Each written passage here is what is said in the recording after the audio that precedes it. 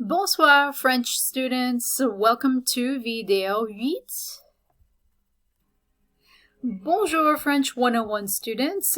Bienvenue au vidéo 8 du chapitre 1. So trying to bring in a little bit more French into our videos here and there. And that just means welcome to video 8 of chapter 1. So we are almost to the end of chapter 1. We have just this and a couple of other short topics to wrap up this week, but we'll just look very quickly in this video at the difference between c'est, which is this expression right up here, and then il est or elle est. It is important to point out that both of them have some form of the verb être in them. So I'll go ahead and highlight that in red so they all stand out. And basically the difference between these two is that c'est is kind of like it is, whereas il est or elle est is like he is or she is. And they can be kind of used somewhat interchangeably, but not exactly. So, we'll look at some examples both on this slide and on the following slide. The first thing to mention about c'est and il est or elle est is about masculine and feminine nouns. And I did talk about this in one of the previous videos, that all nouns in French are considered masculine or feminine. And I always think these are misleading terms because I think people automatically think when they hear masculine or feminine that it has something to do with the gender of the word, and it's called gender in languages, but the word gender is actually related to the word genre. We use that, it's actually a French word, genre, but we have borrowed it into English to mean like a class or category of something, and that's really all these gender classifications are. It's just a way of categorizing words, and lots of languages do this. There are other languages that classify words according to whether you're talking to one person or two people, or whether it's in this place or that place. There are like 7,000 to 8,000 different languages spoken all around the world, and all of them do things in different ways, even though we share a lot of similarities in our languages too. But anyway, I digress.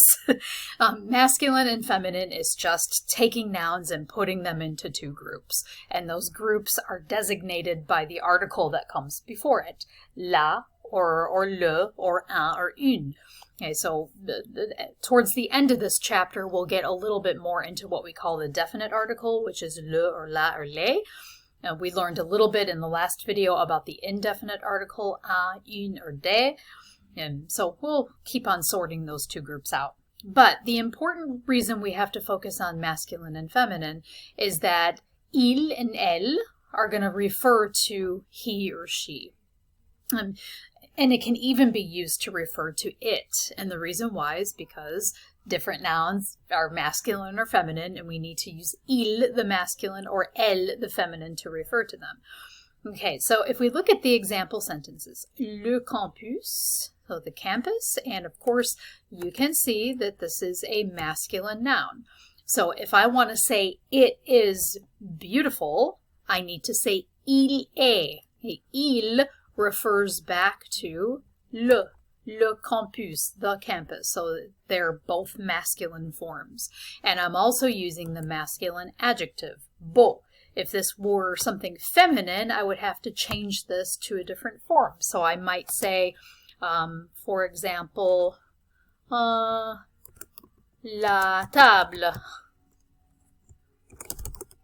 elle est belle. So if I have a table, I just think that's so beautiful. I guess I could describe it that way. So la, and I'll put this in a somewhat different color here. La table, elle est belle. So all the forms match, right? So in this first example, I have all masculine forms. In this second example, I have all feminine forms. Same thing we see in this example, second sentence. La bibliothèque, elle est jolie. Okay, if I wanted to use a masculine noun here, I could say something like, I'm trying to think of a good example. I could even say, I could use le campus actually.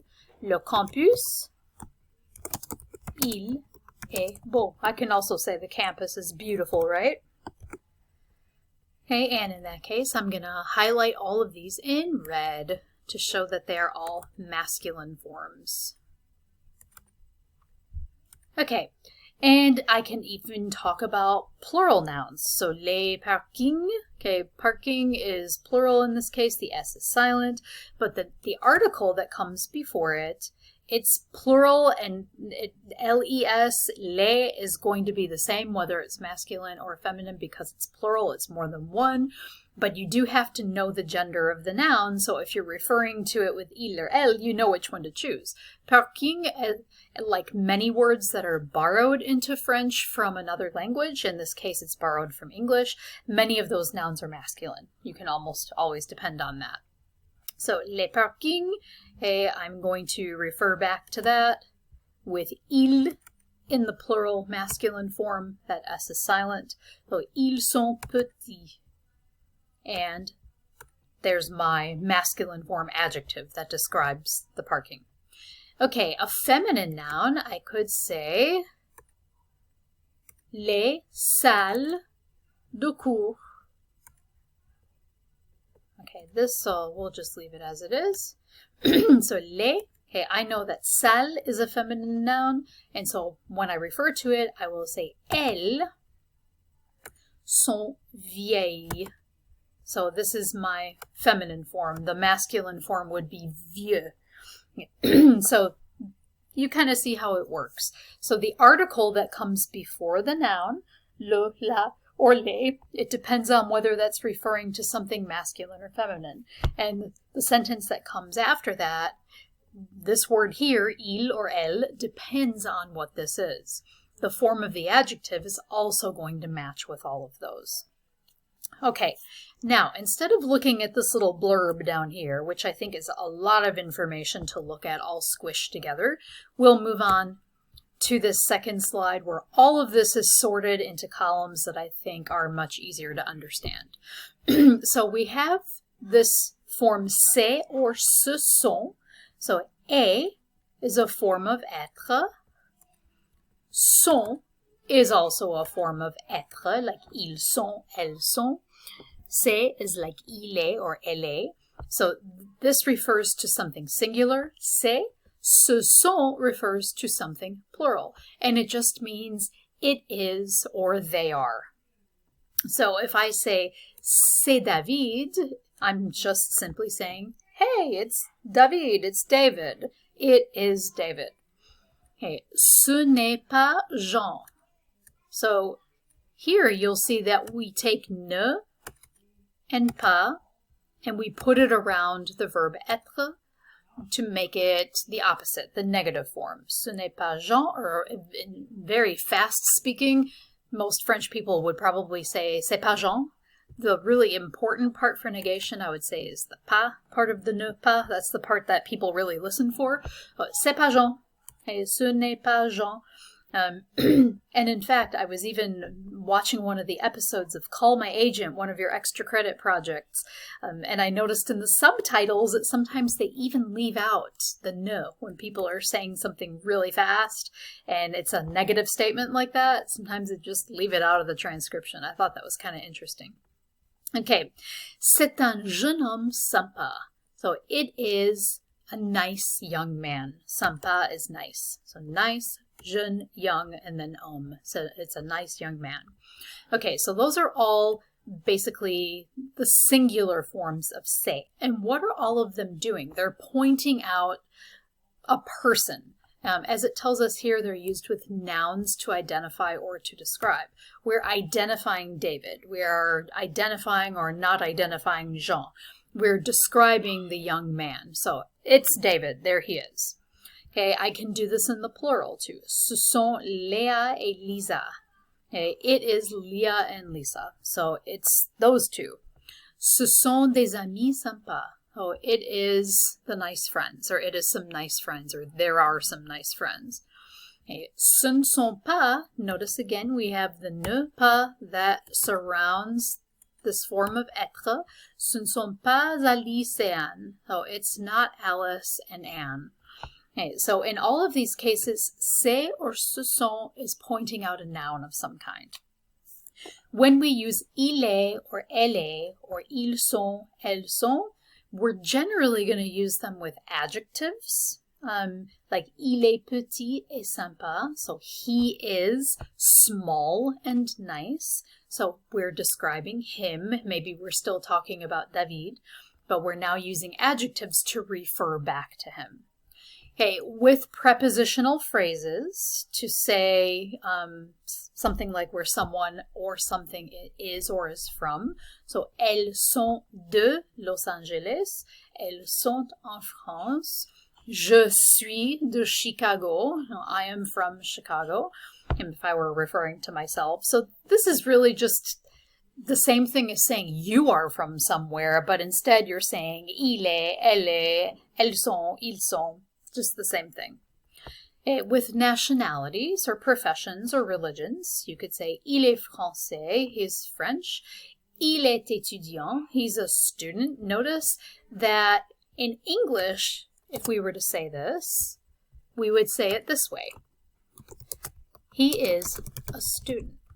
We would use a in front of the word student. French does not do that. It's like saying he is student. And it's completely fine and grammatical to say it that way in French. So it's a difference between English and French. Il est catholique. He is Catholic. In English, we would say it this way. He is Catholic. You could also say he is a Catholic. I think that's also possible. Optional. Okay. The other thing is, though, about c'est and il est, elle est, is that I often hear people, when they're speaking French, use c'est followed by an adjective to describe like a general situation. So even though they say here that c'est and ce sont just point out nouns to identify or describe, I have definitely heard c'est and ce sont very often paired up with an adjective, like in this way. I could say something like c'est génial,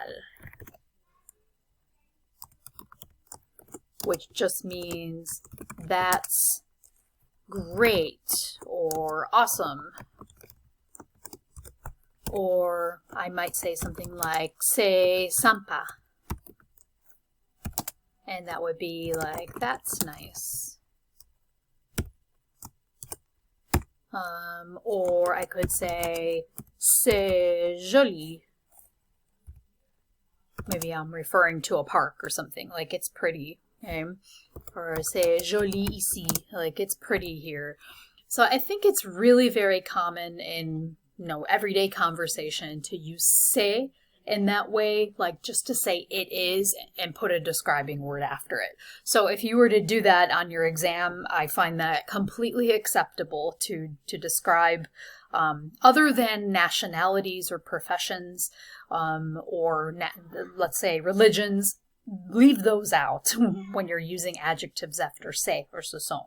But I think it's pretty normal and typical to use an adjective in a conversational way just to describe a situation, to describe what's going on. Okay, so in short, just to kind of review everything we looked at here, whenever you're using c'est or il est or elle est, or when you're using il est and elle est in this way like we saw in these example sentences, if you're referring to an object and you say il est beau, you're referring to something masculine. If you say something like elle est jolie, you are referring to something feminine, and your adjective needs to agree with that. If you say ils sont petits, sont is the clue there that you're talking about more than one item. So it needs to be il is masculine plural, petit is masculine plural. If I'm saying elles sont vieilles, I'm referring to someone or something feminine in that case. And just to review what we looked at over here, c'est and ce sont generally are used to point out people, people either who are there or who are not there. And it's also used kind of to describe a situation in general with an adjective. C'est génial, c'est sympa, c'est joli, and many others. And we can also use il est, elle est, or ils sont, elles sont to describe, use adjectives to describe people, like il est petit or sympa. I can say where someone is from, elles sont de Los Angeles. And finally, I'm definitely going to use il est or elle est to describe someone's nationality, to describe their profession, or to describe their religion. In that case, I would not use c'est. Okay, so I hope this kind of clears up how you use these two forms. It takes a little bit of getting used to. It can be kind of confusing at first, but hopefully this is a helpful explanation. So I will see you all for video 9. À la prochaine!